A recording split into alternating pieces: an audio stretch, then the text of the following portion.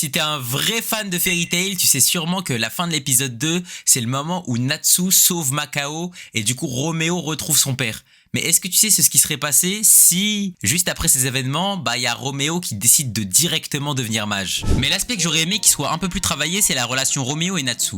En effet, Roméo aurait pu être un personnage avec un développement sensationnel. Une fois que Natsu a réussi à sauver son père, admiratif de la puissance, le charisme et la mentalité de Natsu, décida lui aussi de devenir mage, à l'inverse de ses camarades de classe qui faisaient que critiquer les mages de Fairy Tail.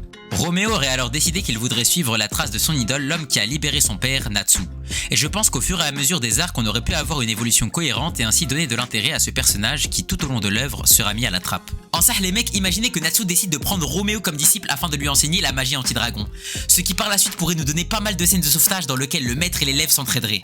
Lorsque Wendy fera son apparition dans la guilde, on pourrait avoir une relation entre les deux qui pourrait potentiellement aboutir à un futur couple, ce qui créera le reflet parfait de la relation